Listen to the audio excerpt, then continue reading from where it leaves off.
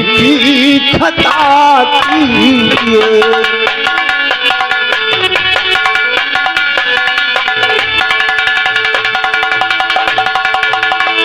कौन देखेगा प्रजा को है बाबा जी, कौन देखेगा प्रजा को है बाबा जी, इसलिए इनके ऊपर ही दया कीजिए।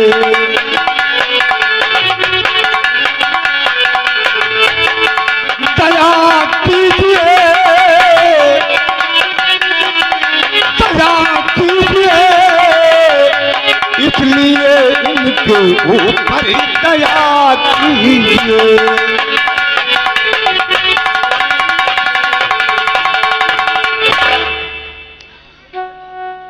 राजन,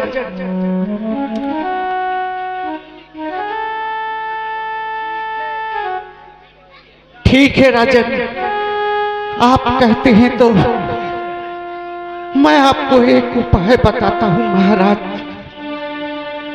यहां से 40 कोस दूर सोनापुर पहाड़ी है, वहां पे विशाल मंदिर है और वहां पे एक चिराग और कटारी है। जो कोई भी उस जिंद का सीना चीरेगा उसी में से एक तिलस्मी मोहर निकलेगी राजन। जो उस तिलस्मी मोहरे को पानी में घोलकर महाराज के शरीर में लगाएगा तो महाराज का कोढ़ ठीक हो जाएगा। हमने कोई आ रहा है,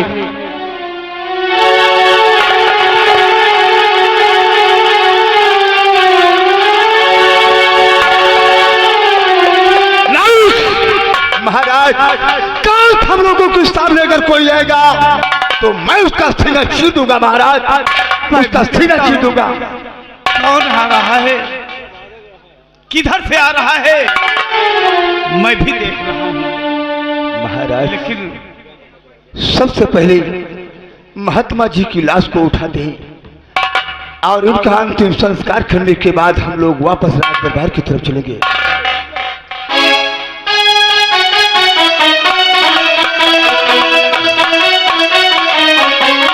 महाराज हम लोग राज दरबार में चलकर क्या मुंह दिखाएंगे महाराज, क्या मुंह दिखाएंगे?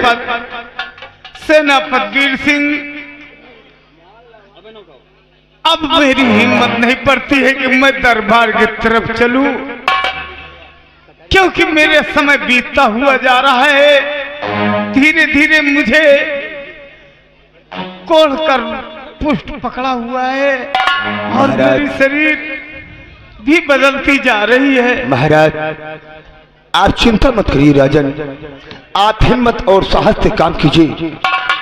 हम लोग वापस राज दरबार की तरफ चलेंगे और आपके शरीर का कोढ़ ठीक होने के लिए मैं कोई ना कोई विकल्प ढूंढूंगा महाराज। से न आप इस वक्त हमारे साथ में राज दरबार चलिए, नहीं तो राज दरबार में मैं राजमाता को क्या मुंह दिखाऊंगा महाराज, क्या मुंह दिखाऊंगा।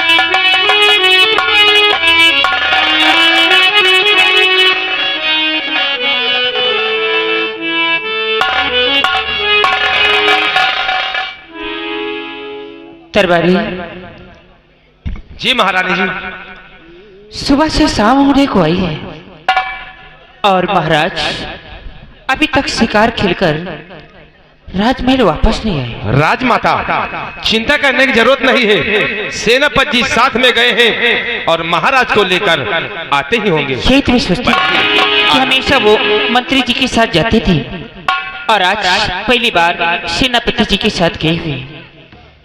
ठीक है, अच्छी हो, आते ही होंगे, बैठिए।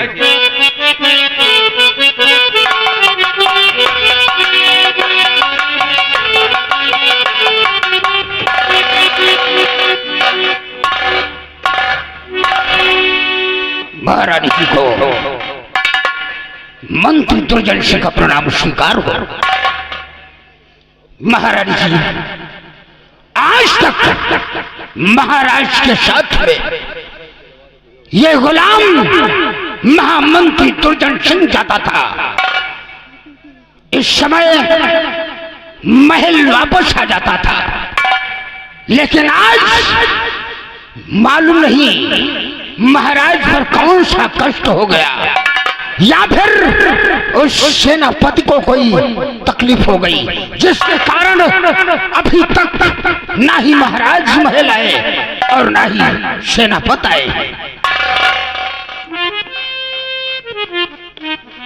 महामंत्री, शीत में सोच रही हूँ कि सूर्यास्त होने वाला है। अब तक तो महाराज जी आ जाते थे, मुझे भी बहुत चिंता हो रही है, ना मालूम क्या बात है। महाराज जी आप परेशान मत होइए, ये आपका गुलाम महामंत्री दुर्जन सिंह घंटा एक और इंतजार करता है। इसके बाद मैं अपना घोड़ा तैयार करके और जंगल में चप्पा चप्पा छान मारूंगा और महाराज को लेकर। बहुत अच्छी बात है।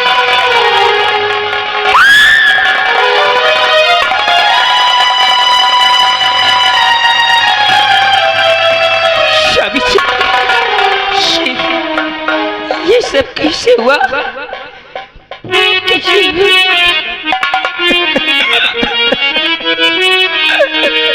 स्वामी जी घर से निकले बड़ी शौक से, साथ में अपने लश्कर सजाए हुए।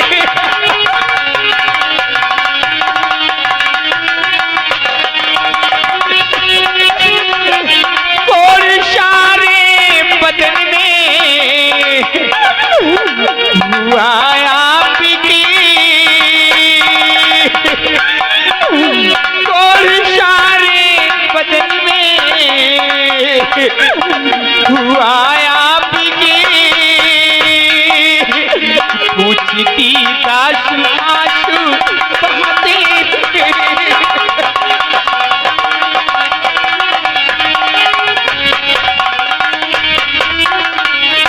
क्या बताऊं तुम्हें ये महारानी जी, क्या बताऊं तुम्हें ये महारानी जी, मेरे किस्मत में लिखा तो भगवान ने।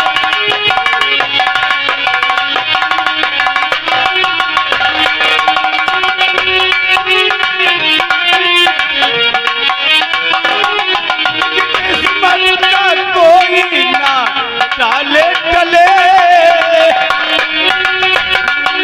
किस्मत का कोई ना टाले टले, आगे कहते महारानी आती हया।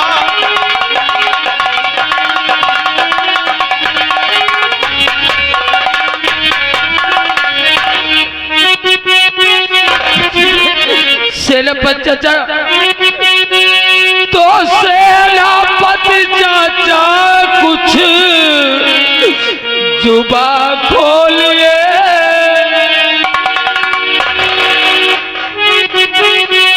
चाचा जी, सेनापति चाचा कुछ तो जुबा खोलिए,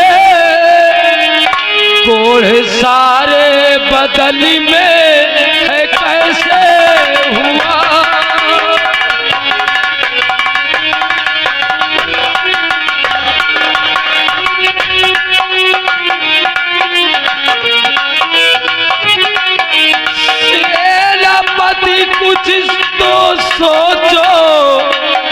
और बतलाइए कौन सारे बदन में है कैसे हुआ।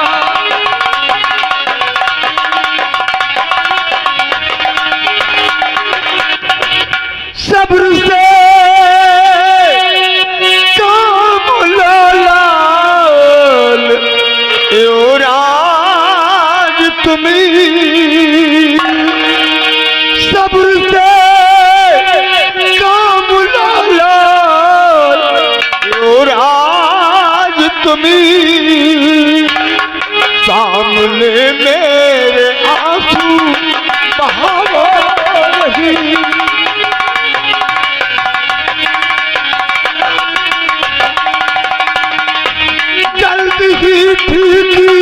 महाराज हो जाएंगे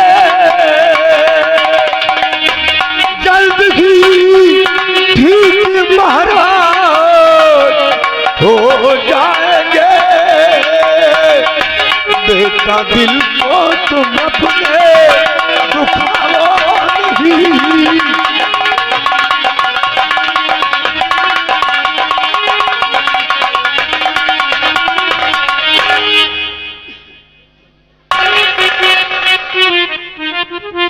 सेनापति करण सिंह आज तक महाराज के साथ शिकार खेलने हमेशा हम जाते थे और महाराज को किसी प्रकार का कष्ट नहीं होता था, यहाँ तक कि एक पैरों में कांटा तक नहीं चुभने पाता था। आज पहली बार महाराज के साथ शिकार खेलने गए।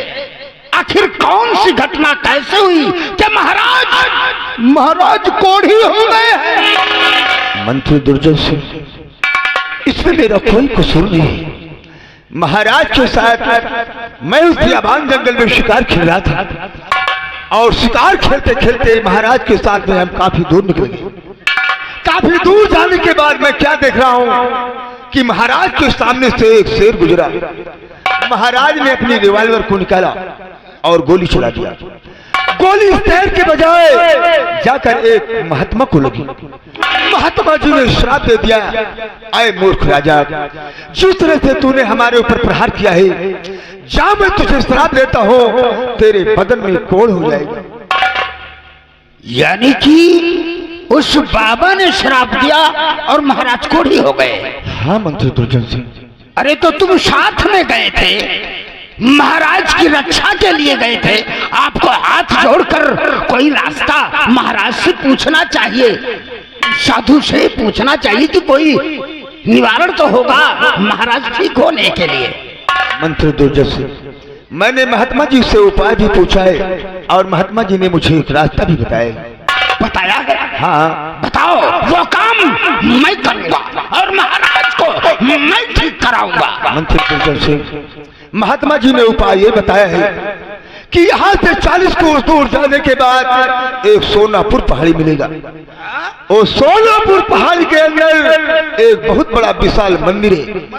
उस विशाल मंदिर के अंदर एक बहुत बड़ा गुफा है। उस गुफे में एक चिराग और एक कटारी रखी हुई है।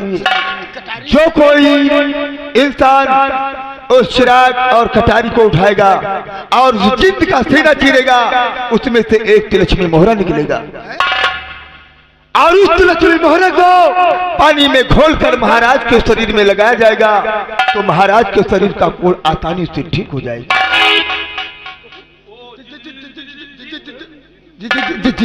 जिन से लड़ना पड़ेगा? ओह माय गॉड, जान है तो जहान है ना, मैं नहीं जाऊंगा। एक काम करते हैं, महाराज ठीक हो जाएंगे, लेकिन एक काम करो। वो कौन सा काम है? क्योंकि हमारी खोपड़िया ये कंप्यूटर से ज्यादा चलती है।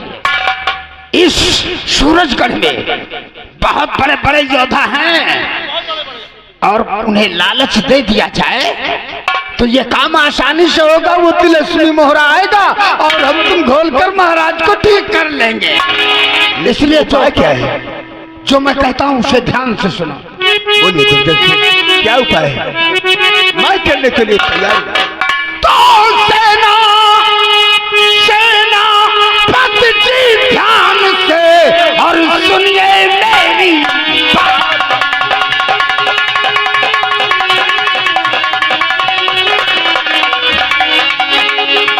सेनापति जी ध्यान से सुनिए मेरी बात। और पीड़ा रख दरबार में और जाहिर करिए बात।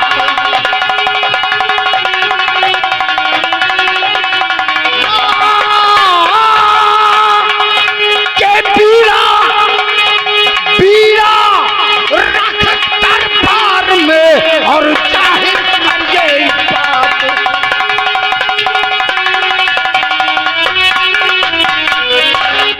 जाहिर करिए बात जो कोई पीड़ा पान चबावे। के जाहिर करिए बात जो कोई पीड़ा पान चबावे। और हाजिर